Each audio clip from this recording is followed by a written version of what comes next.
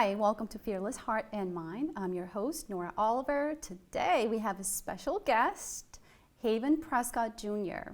He is the CEO, President, and Creative Director of lifestyle brand Syndicate. Welcome, Haven. It's good to have you. Thank you. Well, it's glad to be here. I'm glad to be here. Thank you for inviting me. I appreciate it. That's great. So tell me a little bit about yourself. Well, you want to know a little bit about Haven? I'll tell you a little bit. I'm a family man, of course. I'm married, have two kids, two wonderful kids. And my background, a little bit of my background, I have a degree in technology, which is interesting, but I've always loved fashion, so that's where my heart is most of the time. That's great. And, but I still do a little bit of both, which is very interesting, right? So I kind of take that and build off of that. So a little bit of what I do on the fashion side kind of correlates with what I do on the tech side as well sometimes.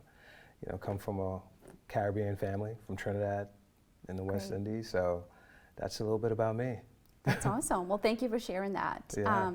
So I'm looking at, I want to know a little bit about you and your past. At one point in your life, you were faced with anxiety and depression.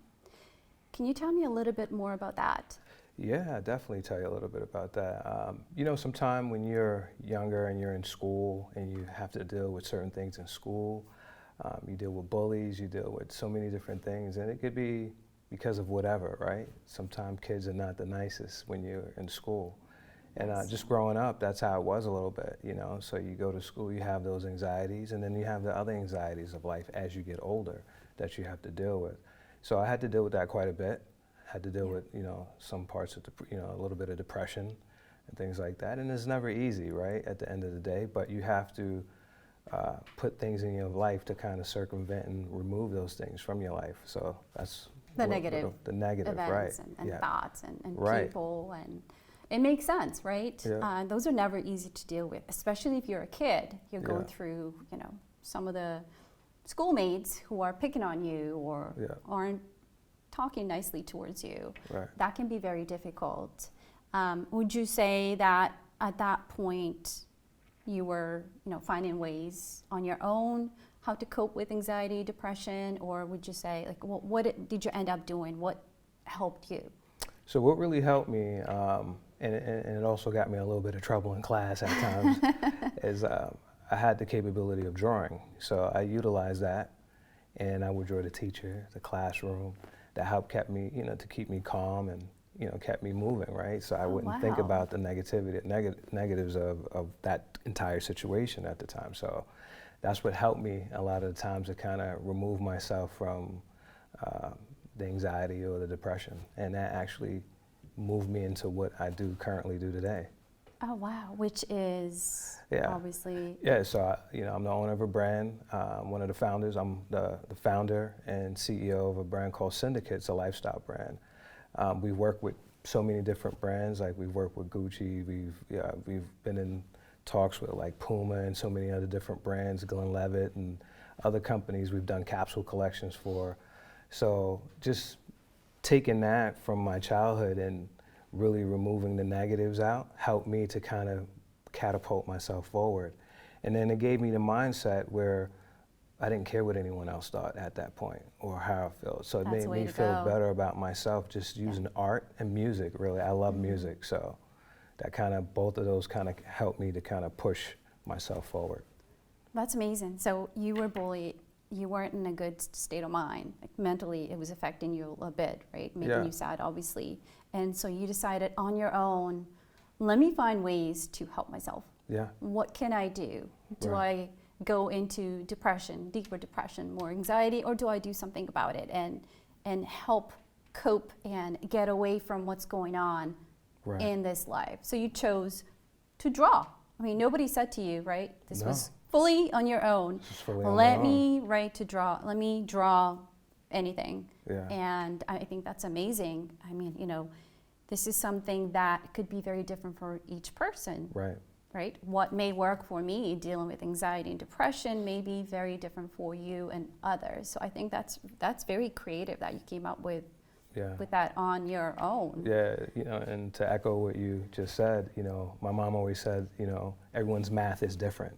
So for me, 2 + 2 = 4 for me, but you may have to add another 2 for someone else because they may be going through a different situation. So for me, that's what it was. It was art and music, you know, that kind of helped me to kind of remove myself from that situation or not be anxious or have anxiety or have depression anymore. So those are the things. And also some of my religious background too, believe it or not, even just embedding myself reading the Bible a bit more actually helped me to kind of remove myself. Just some of the experiences that you see individuals go through in the Bible when you read it. And then also things that I've seen growing up, you know, just growing up in New York, right? Not an easy place to live, growing up in Brooklyn, New York. Right. I come from the same area where Jay-Z and Biggie, we all grew up in that same vicinity. They're a little bit older than I am, but we all grew up in that same vicinity. So it wasn't a tough, you know, it wasn't an easy area, I should say. It was a very tough neighborhood at the time.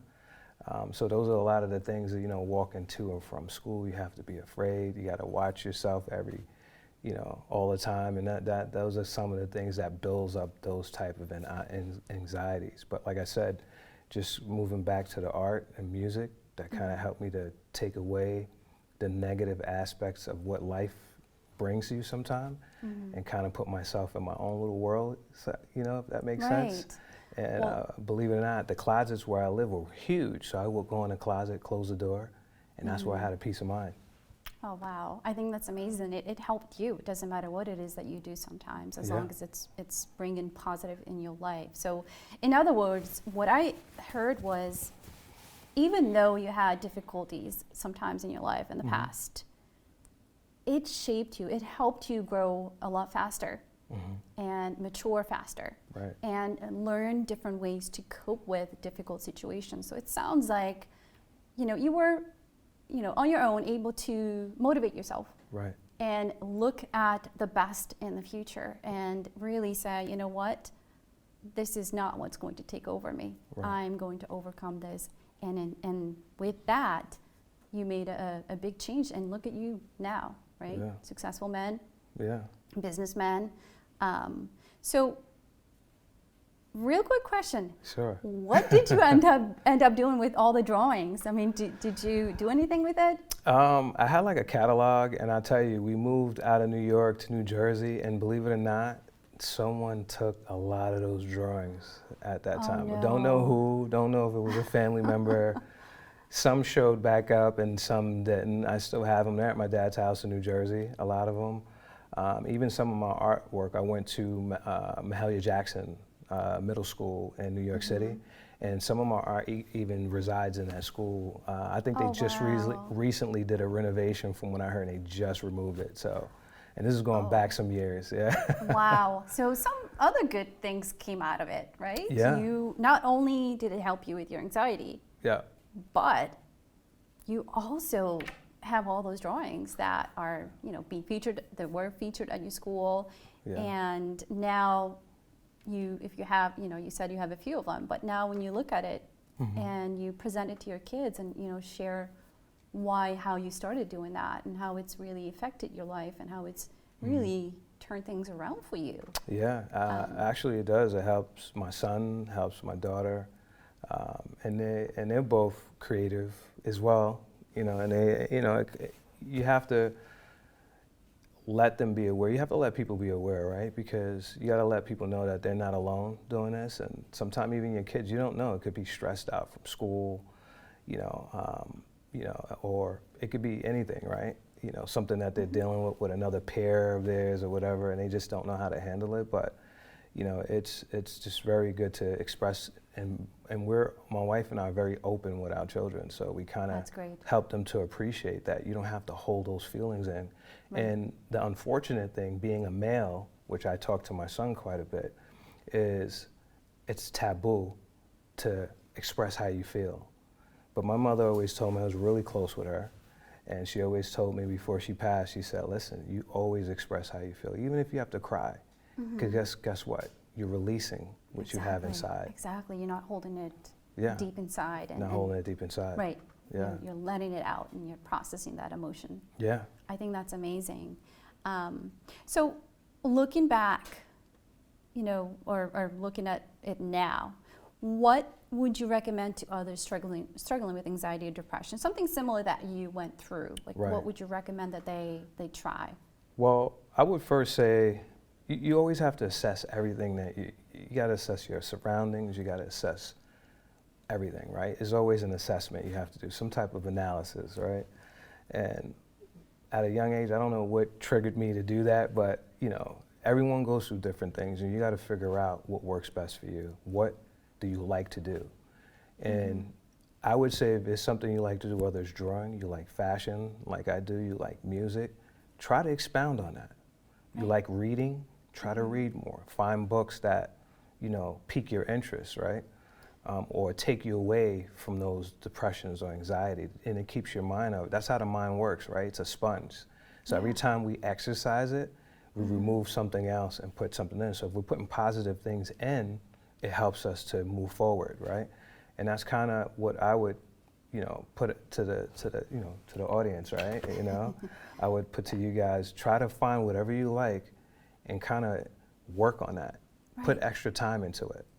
So in other words, what we're saying is find something that works for you. It could be just about anything. And what Haven is talking about here is having something of your own, having a hobby that you enjoy. It brings more pleasure and happiness into your life. And the more of that you do, the happier you will feel, and the less the bullying and any of that from the past or present is going to affect you. So again, find out what works for you. It could be drawing, it could be music, it could be I don't know, talking to a friend, talking to your parents, having some time to yourself, joining a group. I think that's, and of course sports as well. So I think, you have to really dig deep within yourself and figure out what is it that you truly want and what could really help you, because any of us could do any recommendation. Yeah, absolutely. We can give you any recommendations, but it doesn't mean those are going to help you. Right. So you have to pick what helps you the most. So, yeah. Looking back, I know we've been dealing with pandemic the past couple years, and so have you noticed an increase in the mental health struggles, like just from your perspective? Yeah, I mean, it's affected the youth quite a bit. I've seen it, a little bit at home, or even with others that I know and their children is some worse than others, right? Yes. But it had a tremendous effect on young people. I feel that anxiety and depression has gone up in numbers by far over the pandemic. They weren't able to socialize for a long period of time. They were locked down in home, weren't able to go to school. And unfortunately, sometimes even if you go to school, that's where you get a lot of your socialization from. And when you don't have that, kind of takes away. Even if you're someone who's not a person who talks to everybody, right? You're kind of a person who's to themselves, right? You're not that person who's a front man, right? Always laughing, joking, and smiling, making everyone, giving those trigger moments, right, for everyone else. But you're the one who's more secluded to yourself. Sometimes you still need that association a little bit, because it helps. Every little bit helps. And I feel that over the pandemic, that was kind of taken away. Then you had Zoom step in, right? And then some of the kids were, on Zoom or whatever the case may be, or whatever programs they use, Adobe, right? All Yeah, so there's been depending on the school, there's been a few school. different programs that they've used. Yeah. I mean, I remember for my children, I was homeschooling 3 kids and still trying to manage a job and trying to understand different logins for all these different programs that we had to go through, one for reading, for math, for all these books, and to connect with the teachers and classmates, and it was just a chaos for me, like 3 kids, all different logins. I was losing my mind. Right. But another thing I noticed is with students, I noticed, so the state had made a decision to not fail anyone. So the kids knowing this, decided, oh, well, I'm not socializing, I'm not in school, I'm not going to be able to fail regardless if I do any work or not. So I noticed a lot of kids were just avoiding doing much work, knowing that, what, I'm just going to pass. I don't care how well I do. So I noticed that also took that motivation away from them, because now what do they have to worry about? Right. I don't have to get dressed up to go to school. I don't have to get up. I can, just take no effort. Right. It just, that also took away a lot from the kids. Right.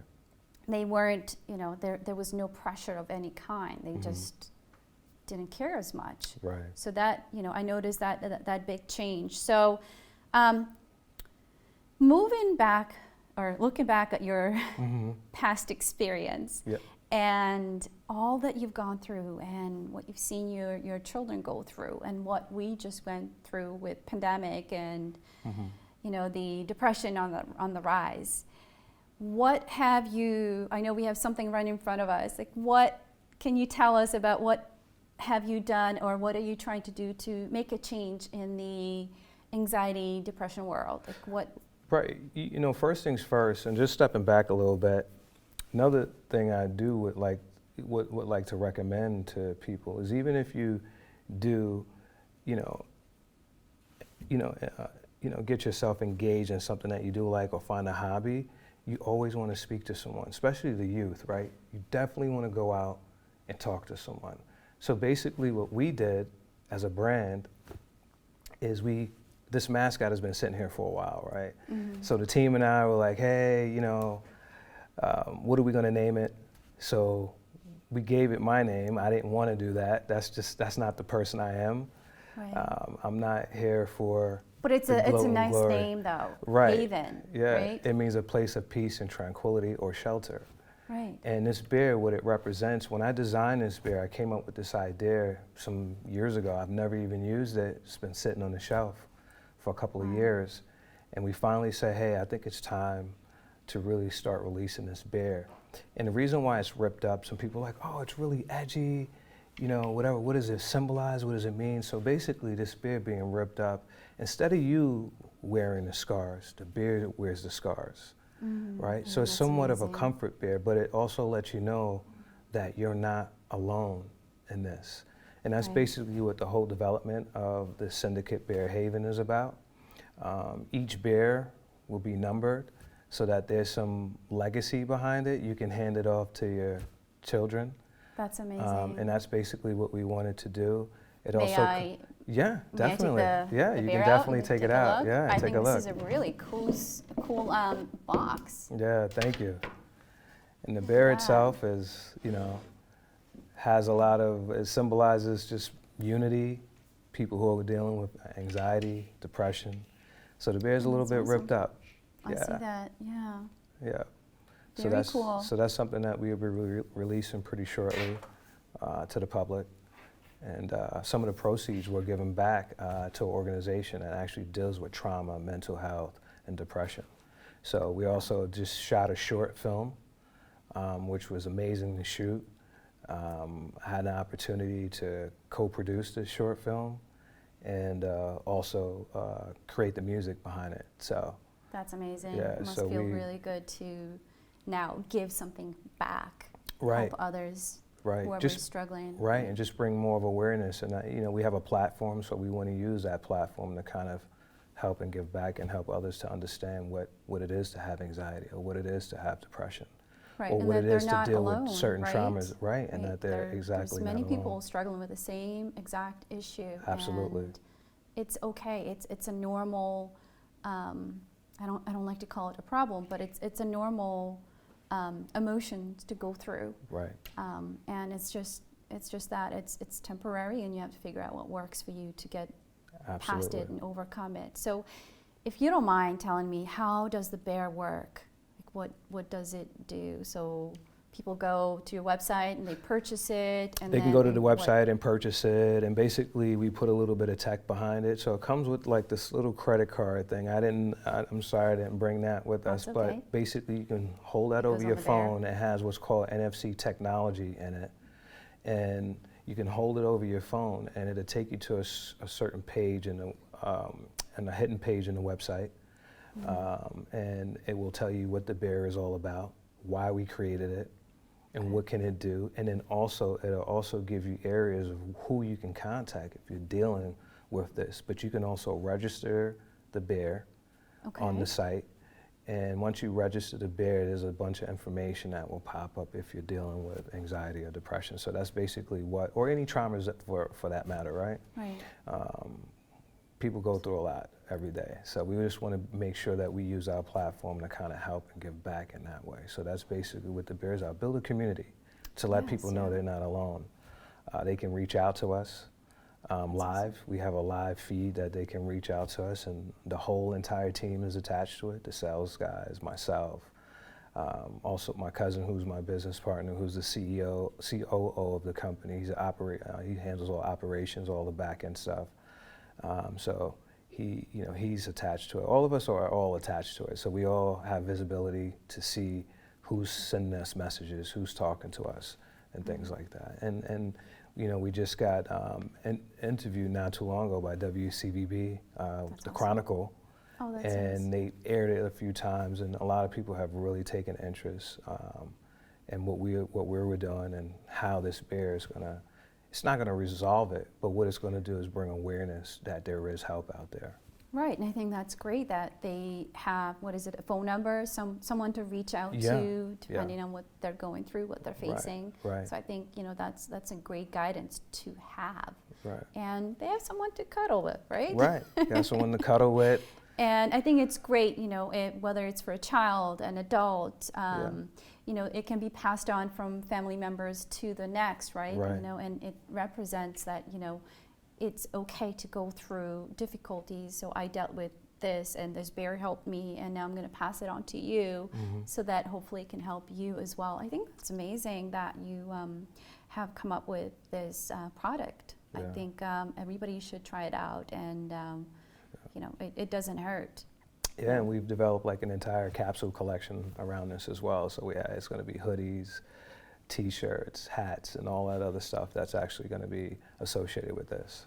That's amazing. So, yeah. That's good. So when you see the launch of the short, you'll understand exactly how everything kind of brings it meshed together and brings it all into center, to center it.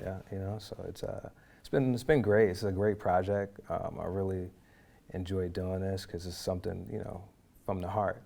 Absolutely. So when can someone expect you for the bear to be available? When? The bear be available in, I want to say, early December.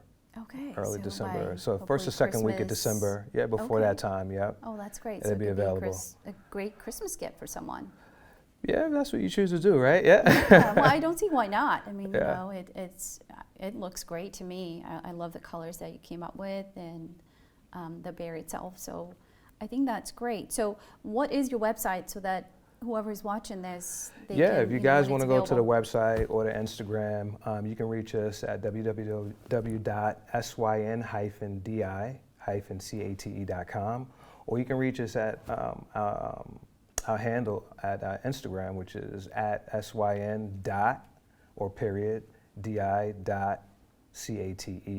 and you can reach us there as well. We're also on Twitter, but we don't really use the Twitter too often. Right, I know. I just started Twitter as well. Yeah. So I'm not on it as much, but it absolutely helps spread the word a lot more, the more you can get out there. Well, Haven, I really appreciate your time being here and answering all my questions. I love what you're doing, making a difference out there. I cannot wait for the bear to be available for myself and others to purchase. Yeah. And well, let's see how we can make a difference. And again, absolutely. I really appreciate it. Yeah. So thank you. Thank you for being here. And whoever's watching this, I appreciate you listening to what Haven had to say. And if you are or have struggled with anxiety or depression, to seek help, to question yourself, what would make you happier? What is it that you need at this moment to guide you, to get you in a better mental place?